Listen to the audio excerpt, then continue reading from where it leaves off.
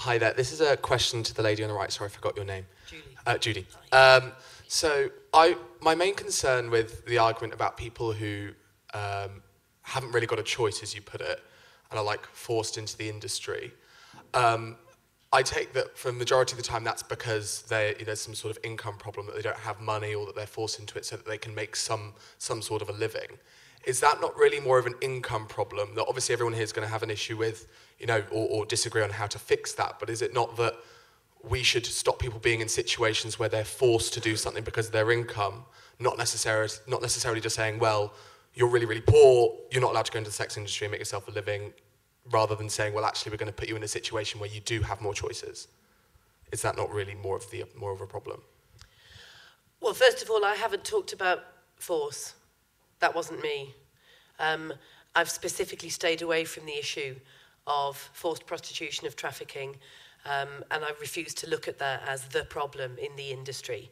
I think that the problems are far more nuanced. I think that, the countless women who are being abused to various degrees behind closed doors in brothels, not just on the street, matter as much as those who are dragged over from other countries by individual entrepreneurs or criminal gangs. But the issue of poverty is a really serious one. But that's not the only push factor for women and men to get involved in prostitution at all. You can just have the misfortune to meet a pimp, an abusive boyfriend. You can end up being raped as a child within any class or cultural background and think, this is what I'm worth, this is what I'm made for. And I've interviewed many women who define themselves as high-class escorts, who say, it's better than standing on the street corner, but quite frankly, my head is full of demons and I can't divide what's happening to my body now with what happened to me in my earlier childhood. That's not the reality for all women and men in the sex industry, obviously, as we've heard. But every single credible piece of research that asks the questions of those that have left the industry suggests that there are disproportionate numbers in street and off-street prostitution that have suffered traumatic events as young people, and who, like I say, were unlucky enough to be sidelined into the industry. And we don't make policy and law for the minority and for the atypical. And so it's much more palatable for us to think about everybody involved in the industry as being a belle de jour happy hooker type with an education and a real choice about which job do I go into, should I be a journalist or a sex worker? That's not the reality. Can we just take two? Hi, I suppose this is a question for Julie as well, but it's really for the whole panel. It strikes me that a victim has been noted when it comes to drugs and prostitution, but it occurs much further back before the actual act of exchanging sex for money or taking a drug. And that's what happens to young kids and anybody who's abused. So why is it that the choice of selling sex or taking a drug is viewed differently in society than the choice to marry someone who's emotionally abusive or having a baby at 14 because you don't see yourself worth anything else? Presumably, we're not going to legislate against that. Presumably, having a baby or getting married is not a bad thing. And maybe, possibly, it's not swallowing a drug or exchanging sex for money that's the bad thing. It's what's happened before that.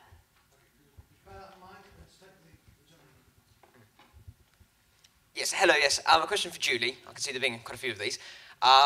Yes, I'd first like to commend you for coming here. I think it's actually genuinely rather brave standing up in front of a large group of people who are probably going to disagree with you quite strongly. I was going to ask, don't you think that I see you as possibly throwing the baby out with the bathwater here? What you're doing is you are trying to deal with a symptom of a societal problem, which is that a lot of women have views. They view themselves as worth very much less than they should view themselves to be. And what happens is you're criminalising the symptom rather than actually criminalising, well, not criminalising, but trying to solve the cause, which is that people do have these perceptions of themselves. And what happens is you're throwing the baby out with the bathwater because you do get people like Benedict who are more than willing to consent to operating in that kind of marketplace. And what happens is they are forced out because what you're trying to do is deal with, I say, the symptom of people holding these views about themselves rather than actually saying that's the problem and this is the symptom. What would you say to that?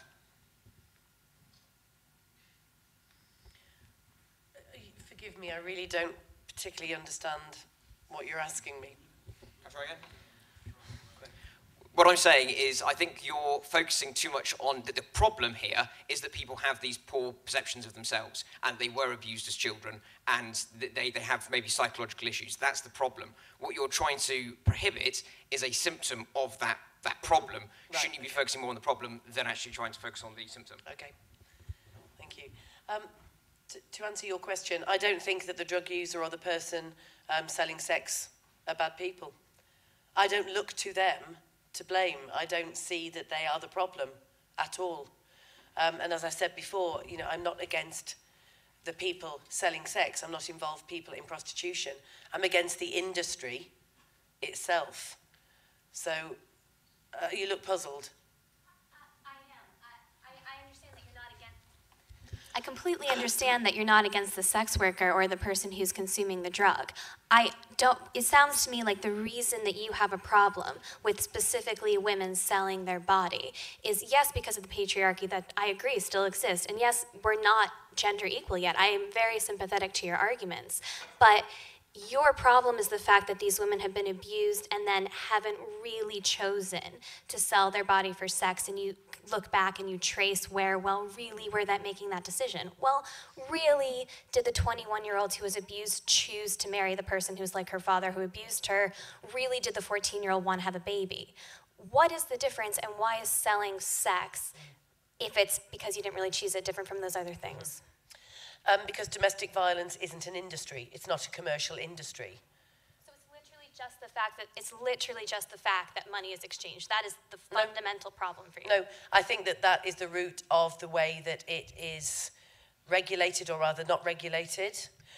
If you look at the disaster of the Netherlands, for example, where the government decided that in order to reduce violence towards those selling sex, reduce numbers of trafficking, reduce the numbers of children abused in prostitution, reduce street crime associated with prostitution, that it would legalise. And actually all of those things increased, and yet the government was still pulling in revenue from the big bosses. Now, the window brothels in Amsterdam, for example, were pretty much owned by 4 major pimps who were legitimised as managers. So they're the worst abusive, exploitative capitalists operating completely within the law and able to, because the police took a hands-off approach, do pretty much what they wanted to the women, many of whom I've interviewed in the brothels itself. So the regulation and the fact that it's a commercial big business means that it operates a little bit like, say, the tobacco industry, which no doubt many of you will be in favour of,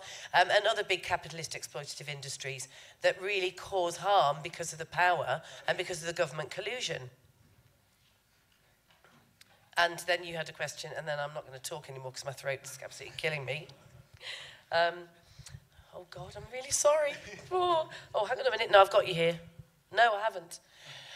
You said, just remind me again, you said that... Treating symptom rather than cause. Yeah, okay. So I don't look at it from the position of, oh, you know, because these poor women were all raped as children and now they're being treated horribly by all these punters, that therefore it's my job to get them out of the industry and to prevent women or anyone else going to working in the industry. Nothing I've ever done or said or imagined has ever led to somebody not working in the sex industry.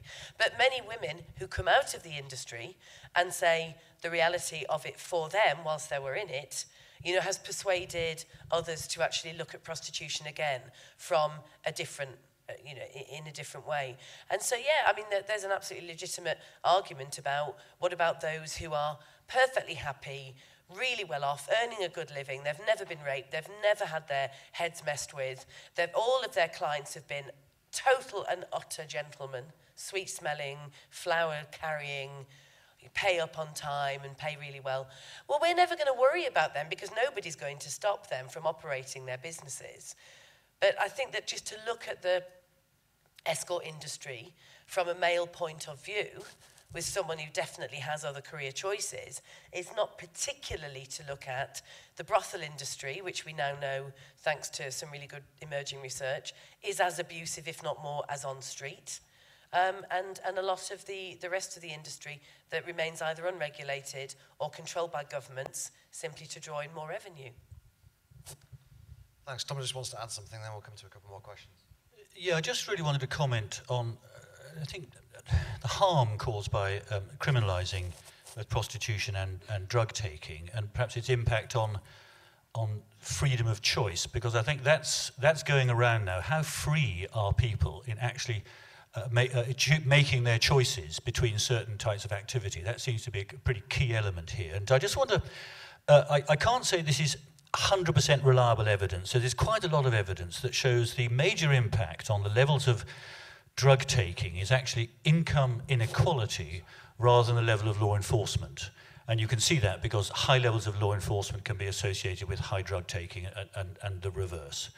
And so one wonders, therefore, that the question about, as it were, victims being created earlier before they start making choices could be, and also then, as it were, tackling the underlying causes as opposed to the symptoms, I think is a real issue. Now, it may be that Julie says that's not her concern, because you can't be concerned about everything.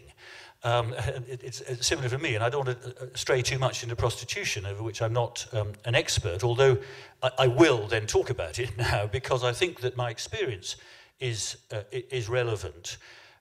Because there's a woman I know, I keep myself up to date with the street drug scene, if you like, as best I can. And that's as an observer rather than as a consumer, just to clear that up. Now, so there's a girl who, aged 12, comes across the decomposing 2-week-old corpse of her dead alcoholic father. On her 13th birthday, she's offered and takes heroin. And by the time she's 17, 18, she is heavily addicted to heroin. She was cutting herself at the age of 7 because she didn't want to cry and upset her mother. And she made the free choice, Benedict, because I challenge you, I think, about the picture you're portraying of a lot of prostitution.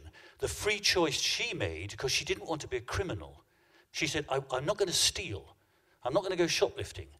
So she became a prostitute. And in fact, on one occasion, she was literally running, screaming across a field, escaping from a man who later got sent to prison for, I think, 8 years for her attempted rape, and another rape which the other rapist came forward because this woman came forward.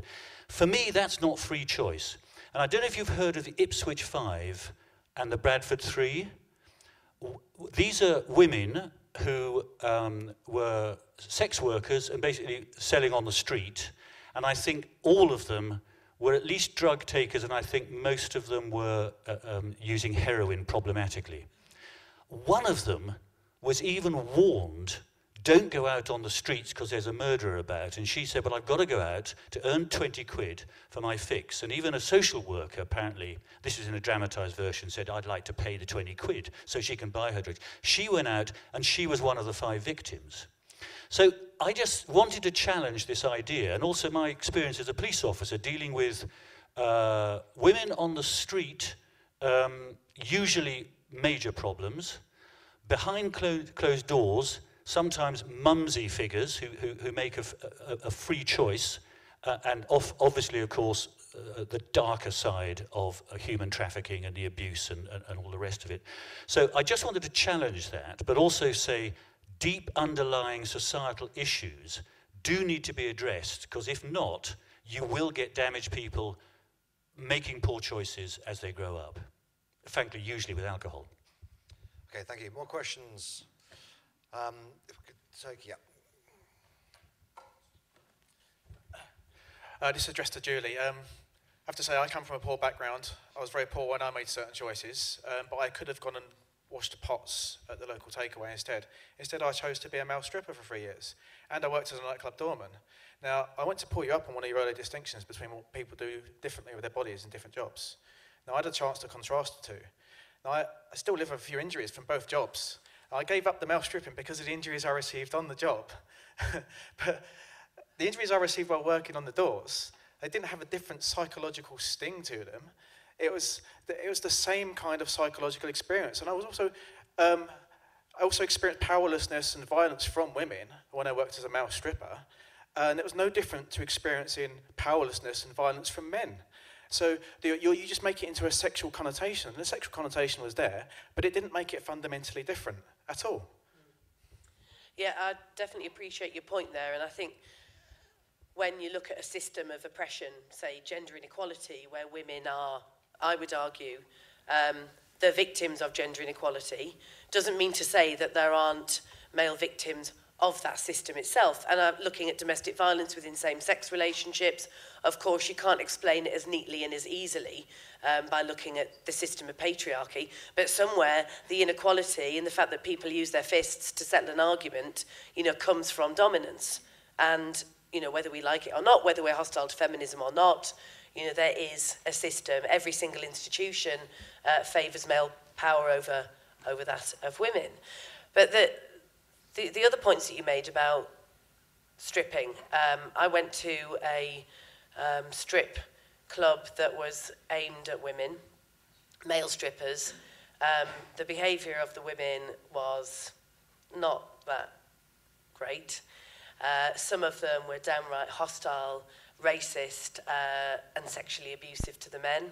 Some of them were perfectly happily getting on with, drinking their brandy and baby sham and eating the pretty grotesque buffet that they put out. But there was some really nasty, I think, sexually harassing behaviour there, as well as, just good-humoured banter.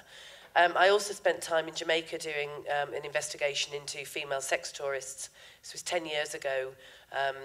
So looking at the race and class dynamics of white European women, tourists who go and buy the services of young men on the beach, and found that some of those attitudes from the women were pretty nasty, colonialist, racist, really not at all a flip side of, say, male attitudes, although there are some differences. So, yeah, I do appreciate your point, and I'm not suggesting it's as simple as that, nor am I suggesting that if you ended gender inequality today, that you'd see an immediate eradication of the sex industry. Yeah, Julie, just a quick question. Can I just clarify? Sorry. This should be a simple yes or no. Sorry. Yeah. Obviously, you discussed the fact that Benedict is very, he's come from a middle-class background, very well-spoken, and has other choices in life.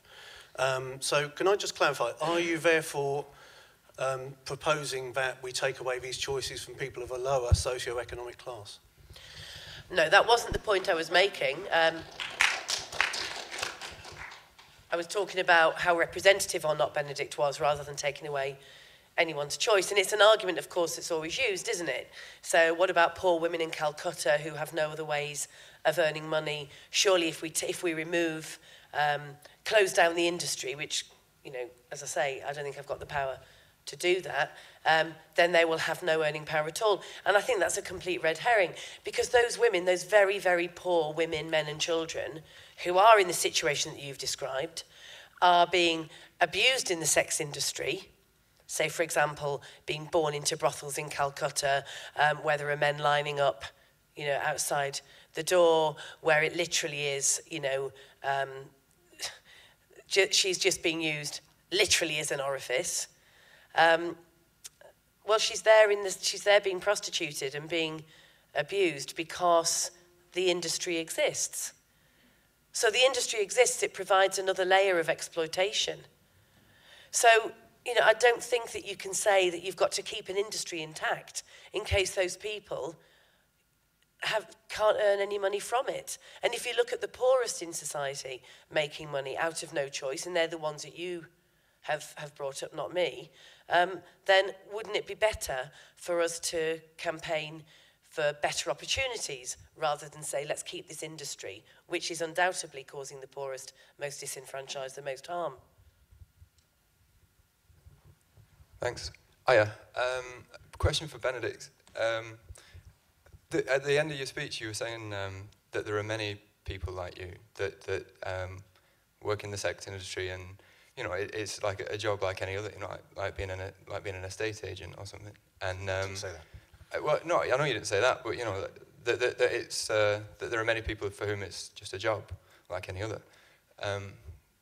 Like, I'm sure that's true, but I think if we were to look at the industry on a global scale, like, I think there's probably a lot more people who aren't in that position that are actually being, you know, they're actually in a position of slavery, like, and like we've been saying, you do have other choices in life, and do you not think you should take one of those other choices, because by doing what you do and by coming and legitimising it, you're making the industry, which on a global scale is probably pretty evil and has a lot more in common with slavery than anything else, look okay. Okay, several issues there. Yes, probably, I don't know figures, but probably the majority of people who work in the sex industry around the world are from very poor economic backgrounds. I don't live in those societies, I live in this society, and obviously I'd like to be able to do something within those societies as well, so I do what little I can in this country. I believe a lot of it has to do with actually how our whole attitude towards the way we perceive anything around sex and sexuality. And I think in many countries around the world, we have a lot of changes to do in those respects. Should I stop doing what I'm doing? This is not the only thing I do, let me tell you. I do various things in my life, and I've done a number of jobs in my life. I've worked in banking, I've worked for London Transport, I've worked in a top London restaurant, I've written a couple of books, humorous books, not very funny. More like toilet humour, actually, more compiled, the books, actually. I've done some mainstream acting on films and television. I have also, I do bits of public speaking as well. I've written occasionally for other things. I do stripping. I'm running a campaign. And one of the campaigns I'm running is called the Get Real Sex Education campaign, which is about creating a real and relevant sex education for young people. Should I stop doing what I'm doing? No, because I don't see that what I do, first of all, is wrong. I don't see that what I do is negative, and I actually think it is beneficial.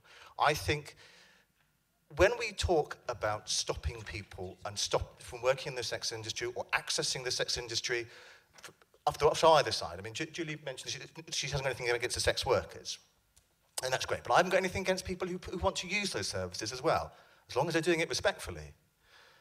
And when we talk about stopping people from doing those things, I think it is a symptom of an attitude, which thankfully is changing. I think this country is getting better, but we have a long way to go. But it's how we perceive sex and sexuality in our society. I totally accept that some people, for them, sex only occurs within a long-term, committed relationship, and that is fine. That is your choice. But do not impose that upon other people.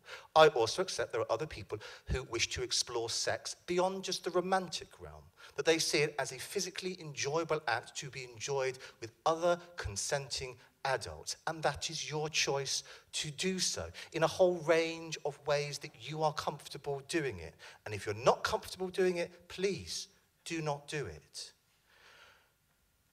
There are also people, you know, who, what am I saying? So basically a lot of it is around the attitude that we have to sex, but we still look down on these people. I mean, Julie mentions that it's not just about the capital exchange, but I mean, for example, there's lots of pornography out there, which people just do for they put on the internet for free. And I'm sure, you know, many anti-porners are probably against that as well. But the fact is they enjoy doing it.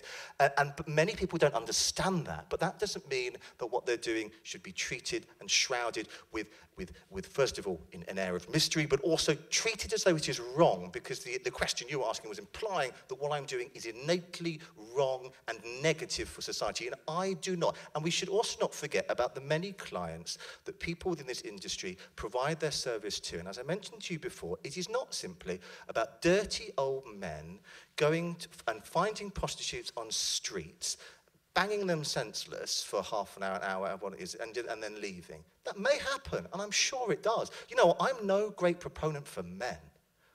There's lots of things about men that I dislike, and I do not adhere to the stereotype of men in many ways. I hate football. I've never been to pub culture. I'm not a violent person. Most of my friends are women. I'm just not into many of the things that men are into. So I hate talk about sex as well. I work in the sex industry, but I hate hanging around with men that go, oh yeah, I found this pussy, and I've a pussy there, and pussy there. Oh, shut up. Because I absolutely hate it, despise it. After equally as much as football, if not more so. So, I've lost my trail of thought here. So yeah, I mean, as I said, the whole, well, yeah, it's not just about dirty old men finding prostitutes, and I'm saying that probably happens, and it most likely does, but equally, the many people that both I know who are my clients, and I know who are clients of other people. There is, for example, an escort prostitute in Milton Keynes who specifically provides her services to disabled people. Now, those people who are anti-sex will say, well, nobody should have the right to have sex, not a right to have sex. No, it's not a right to have sex. You know, the most important things in life are that you're fed, you're watered, you have shelter. They are the main things in life that you need, okay? Now, anything beyond that is well, there are things that we should also, most of us have in life. We should have in life. Like, you should be able to have a social network. You should be able to have friends. But you don't have a right to have friends. I can't go out there and say, you have to be this person's friend. You know, it's not a right, but you have a very miserable, sad, lonely life if you don't have that ability, or you're stopped from having that ability. Same as with sex. Sex, after eating, after breathing, after being able to live in a safe environment, sex is a pretty fundamental human need. And many of us, those people who cannot access that, whether on a personal level, if they through masturbation, but also beyond masturbation as well, being able to enjoy the company of another on whatever level. And ideally, they should be able to, they can find that in their personal life. But that also carries it with a lot of strings sometimes. Just to interject, Benedict, it's not what you do that I have a problem with. I think it's great, but I think if we were to look at the industry as a whole in the world, yes, I think the people that buy it, they come from a position of being rich and horny, right? On the whole, the people that sell it, on the whole, are probably most of all doing it from a position of desperation, because Right, sure, but as I told you before, listen, I can only do what I can do. And that's not freedom. I do not, and I told it right from the start, I do not represent the industry. I represent the right for people in every society to be able to work in it if they choose to, and for people to access it if they choose to.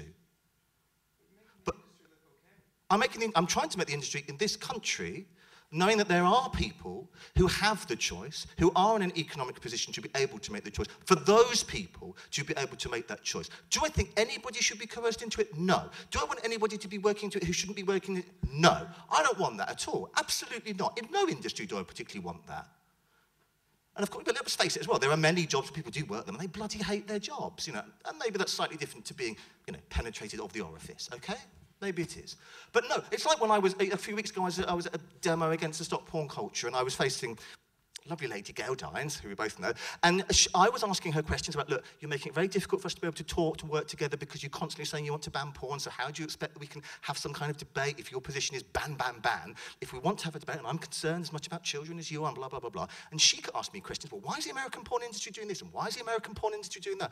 And I'm thinking, I'm not the American porn industry. I don't represent the American porn industry. I'm myself working in this country, being a sex worker, working with other people who are sex workers. We would like the right to be able to choose to do it. We would also like to be able to have the confidence to be able to challenge people, things that do occur within the sex industry, to be able to work with authorities like the police, to be able to go up to them and say, hang on, this is happening and this shouldn't happen. But people who work in the industry, if they're being criminalised, or the seeking of the sex workers being criminalised, even then, they'll be far more reluctant to do so. But the whole issue is about, as I keep saying, is about attitude. I wouldn't, for example, I talked to you about having been molested. I wouldn't go with any confidence to the police to say, I've been sexually molested, possibly been abused by somebody. Because they would turn around to me and say, well, what do you do? They'll ask me all sorts of questions, and they'll ask me what I do for a living. I say, well, I work in the sex industry, and it'll be like, oh, well, you've only got yourself to blame, really. You've been leading this person knows you're an escort, and they obviously wanted something from you, and you led them on. But our attitude has to change. We have to see the sex industry by those people who've chosen to do it, and those people treat it as a legitimate business and not shroud it with shame, which it currently is. Not around the world, you know, if there's problems that occur around the world, then we deal with it. Like we have problems in the clothing industry in those sorts of countries that you've been talking about, where people are employed for virtually next to nothing. People are working hours and hours every day in awful conditions. Are you blaming Selfridges? Are you blaming other top brands because of those people are being abused? And say, well, we shouldn't have the fashion industry existing. That's the same principle that you're using. No, sorry, we can't take any more questions. We're running over time. I just want to give Tom and Julie a chance to just have a final word, just in 60 seconds or so. Anything you want to pick up on? Yeah, thanks. Just this idea of the whole drug consumption and victims. And I just want to challenge the perception that drug consumption, creates victims, the users, families, friends, and all the rest of it. At the moment, it could easily be argued that people are very much damaged by drug consumption. But my point is, it's drug consumption under prohibition that causes the damage. And drug consumption under a controlled and regulated system would dramatically reduce the damage and the harms. As far as other victims are concerned, there will always be serious and organised crime, and there will be criminals, and we have laws to deal with them, laws against theft and assault and the like. And so I think that there are some victims, again, of the illicit market that we've created through prohibition, and those victims, and it's right to pass laws against that. Obviously what we should be doing is getting rid of prohibition so there's less need to use those laws. And finally, which is what a chairman always likes to hear, I want to thank Benedict for mentioning penises on a few occasions, because it brought to mind a very interesting case. It brought to mind a very interesting case. I can't remember the details, and I could have Googled it, but I didn't. I can remember some of the details. I can remember the disturbing details. Put it that way. And men, cross your legs at this point, because it was a case of. I think it was a group of men. Sadomasochism was their choice at that time, and one man got another man to drive a nail through his penis with a hammer. And I think that would be a suitable discussion, say, over dinner tonight, to consider whether or not the person who wielded the nail and the hammer should be prosecuted for assault. They were adults, and the man, they were all consenting. I think I do remember the outcome of the case, but that would spoil the richness of the discussion. So no doubt somebody will find it. But I also thank you for your attention, and I note that the lack of questions encouragingly indicates, I think, an agreement with my position. I thank you for that.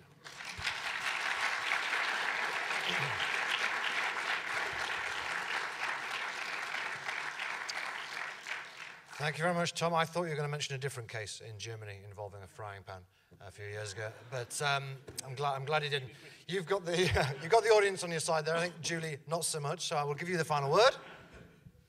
It was Operation Spanner. It was back in the 1980s. That's right. And the men were convicted and they appealed, and there was a big campaign.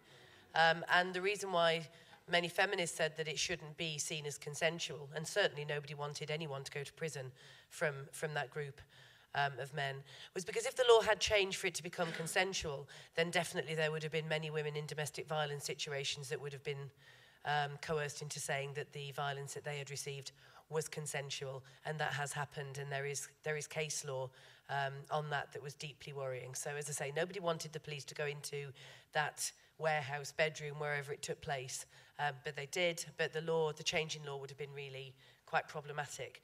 My last word is that Benedict talked about the industry, and we need to sort out the problems within the industry, because of course you don't criminalise the clothing industry despite the sweatshop situation there, which is horrific for the workers.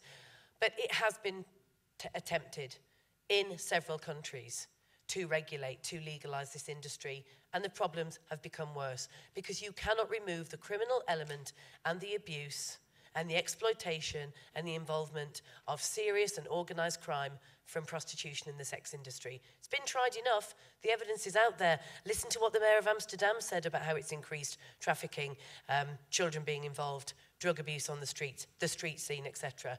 The evidence is there from the German police officer who said, we made a big mistake. We can't police this anymore. That's all I want to say. Thank you.